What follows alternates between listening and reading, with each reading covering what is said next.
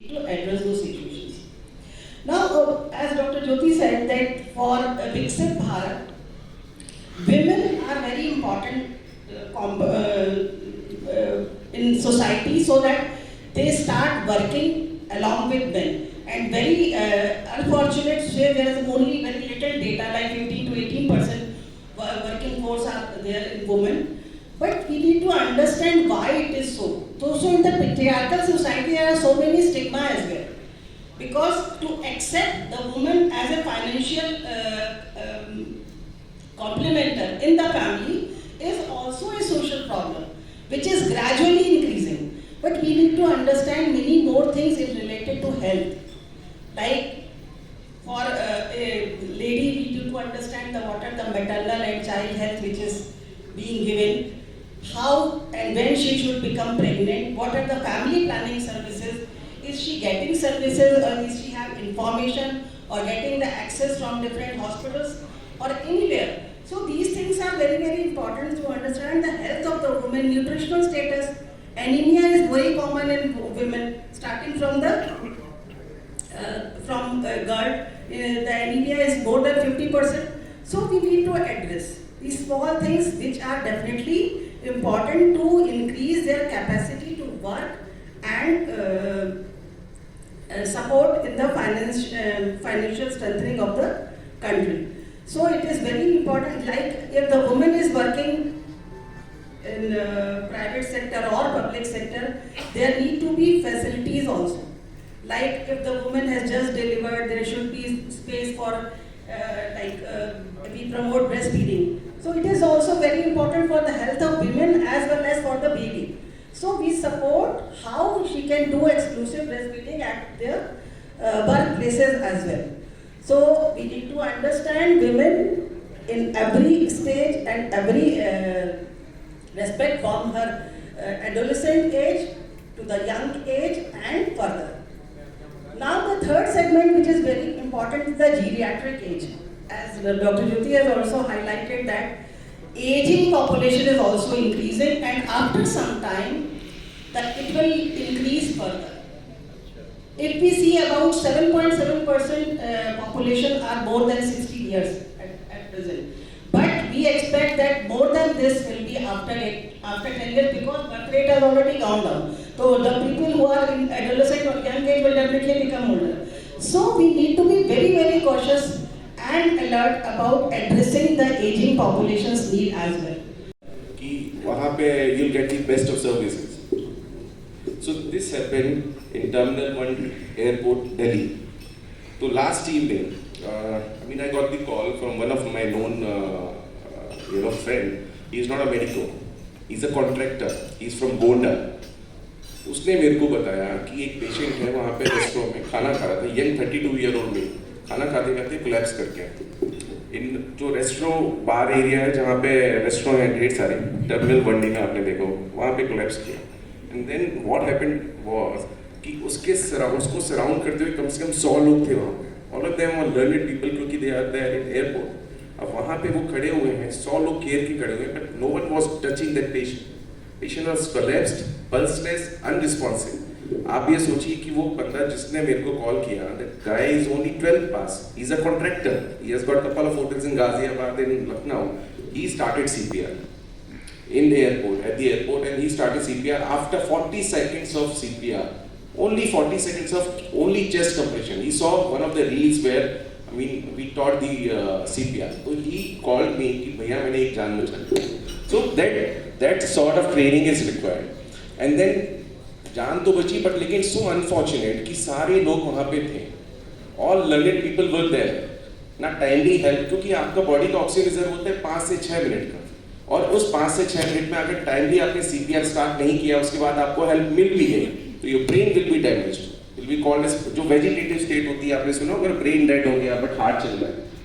सो आप सोचिए कितना गैप. तो तीनों लेवल पर you have to start working at all 3 levels. General public को to tell them what is stroke, what is heart attack, what needs to be done in case of stroke in trauma, even snake bite, dog bite, burn electrocution. There are so many emergencies where public should be aware what are the red flag signs of those emergencies. Then the ambulance and paramedics. In India, only 3% trained paramedics are there. आप सोचिए जिस ambulance में आप जा रहे हैं, whether that paramedics is trained or not. उसको basic medication देना आता है कि नहीं आता है, या वाइटल्स मॉनिटरिंग आती है कि नहीं आती.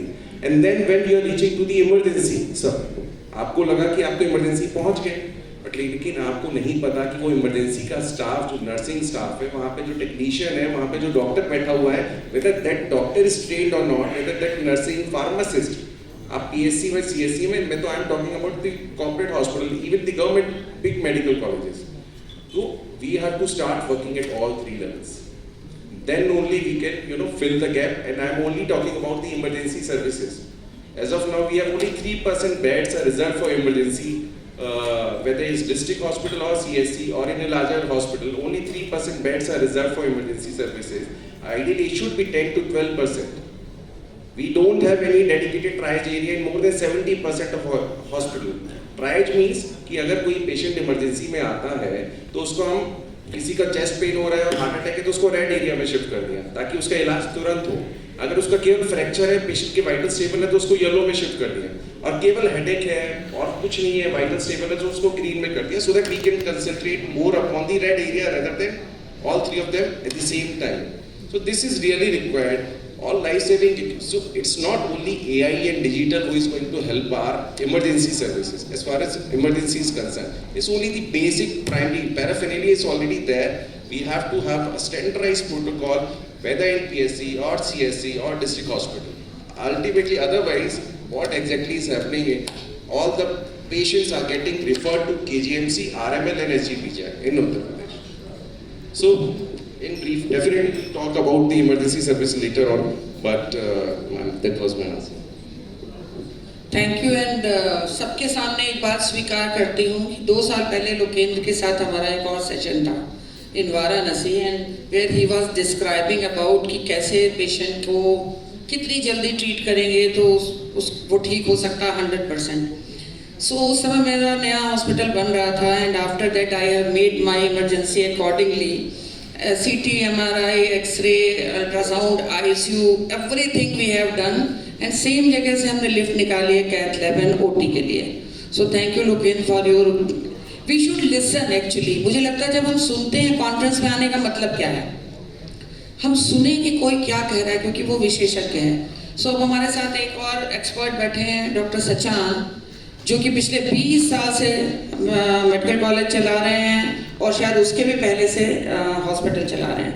डॉक्टर सचान एक प्रेजेंटेशन देंगे. मेरी उनसे रिक्वेस्ट है वो जरा जल्दी दे दें ताकि लोगों के जो भूख से चेहरे उतर रहे हैं वो मुस्कुरा उठें कि हाँ खाना मिलने वाला है. Not only making laws but regulating it and monitoring it, but it should leave the responsibility of doing the business of healthcare sector. Until unless this will not happen, nothing can happen. क्योंकि हम हर काम piece मील में कर रहे हैं, छोटे छोटे टुकड़ों में कर रहे हैं, उन टुकड़ों से पैबंद लगते हैं, पूरी सेहत नहीं सुधरेगी. तो उसका तरीका ये है, और सिर्फ एक ही एग्जाम्पल इसके लिए सबसे इम्पोर्टेंट है, और वो है हेल्थ इंश्योरेंस. अगर हेल्थ इंश्योरेंस, मेडिकल इंश्योरेंस नहीं होगा तब तक हम कुछ भी सुधार नहीं कर सकते हैं. और मेडिकल इंश्योरेंस यूनिवर्सल होना चाहिए. It can not be piecemeal. आज हमारे पास प्राइवेट सेक्टर के इंश्योरेंस हैं, आज हमारे पास आयुष्मान भारत योजना है, दीनदयाल उपाध्याय योजना है, और ढेर सारी छोटी छोटी योजनाएं हैं जो पीस मील में इंश्योरेंस दे रही हैं. And that too is not perfect. Reason भी कि उस सब योजनाओं में भी जो स्टेक होल्डर्स हैं, जो प्रोवाइडर्स हैं, उनकी कंसेंट कहीं भी नहीं है. तो इसमें मेरा suggestion number 1, that there should be one agency जो देश के सभी अस्पतालों, सभी कॉलेजेस, सभी क्लिनिक्स, OPDs की क्वालिटी कंट्रोल के लिए हो, जो रियली क्वालिटी कंट्रोल करे और उनको उसके certification they. For example, NABH is one agency. The Quality Council of India is doing this job, but that too is doing only selective, optional. जो चाहे वो करा ले, जो चाहे न कराए. तो हमें इस देश में यदि अस्पताल बनाना है, चलाना है, तो उसके लिए उस क्वालिटी एजेंसी का सर्टिफिकेशन मस्ट है.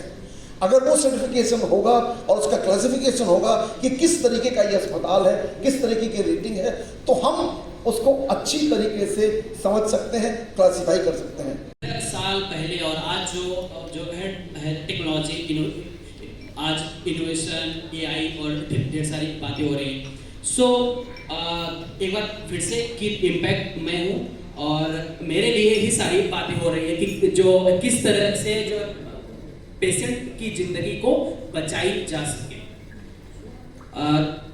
और हम